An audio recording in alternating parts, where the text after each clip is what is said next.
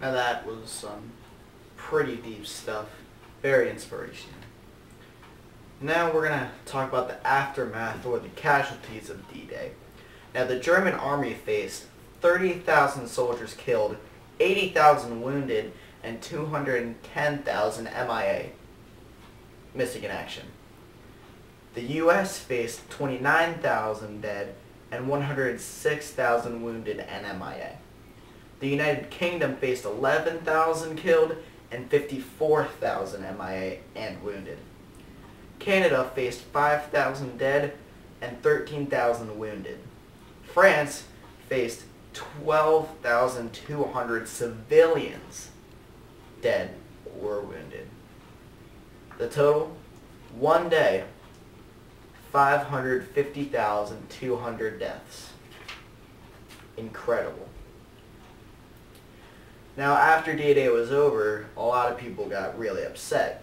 People would go target practice and shoot Hitler cartoons. After the largest amphibious war in history, 3 more Italian amphibious wars occurred in Sicily, Salerno, and Anzio.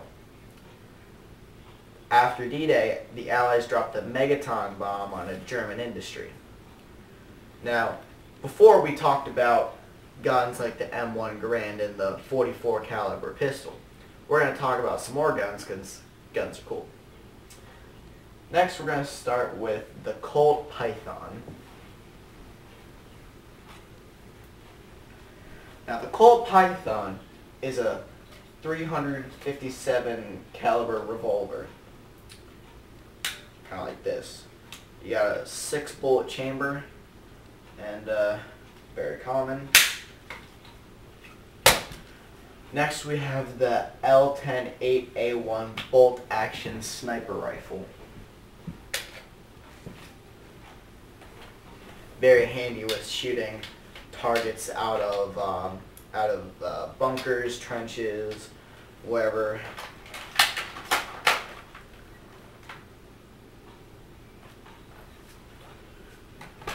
And last but certainly not least,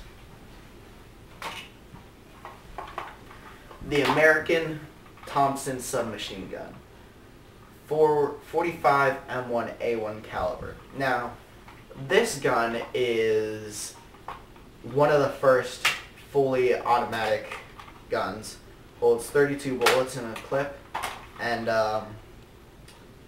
pretty important. Pretty important during World War II. Set that right there.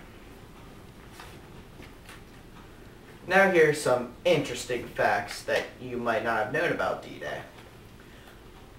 On D-Day, the very first U.S. soldier to die was 28 years old, Lieutenant Robert Mathias. He was part of the 82nd Airborne Division. He took a bullet to the chest, jumped out of the plane to lead his squad to the beach, and died in midair. Now that's commemorable.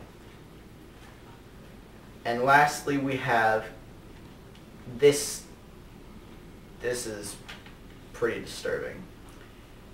Not really. 8,000 Japanese civilians committed suicide, afraid of being tortured by the U.S. forces approaching the beaches, that they were going to attack them because they were allies with Germany. So a lot of them committed suicide, and some of the mothers actually threw their children off of cliffs and then followed their children to death by doing the same thing, afraid of being tortured.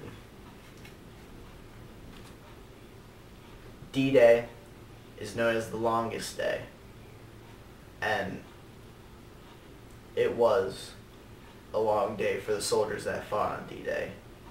And after D-Day, there was a liberation and the freeing of Jews and everyone from concentration camps in certain countries.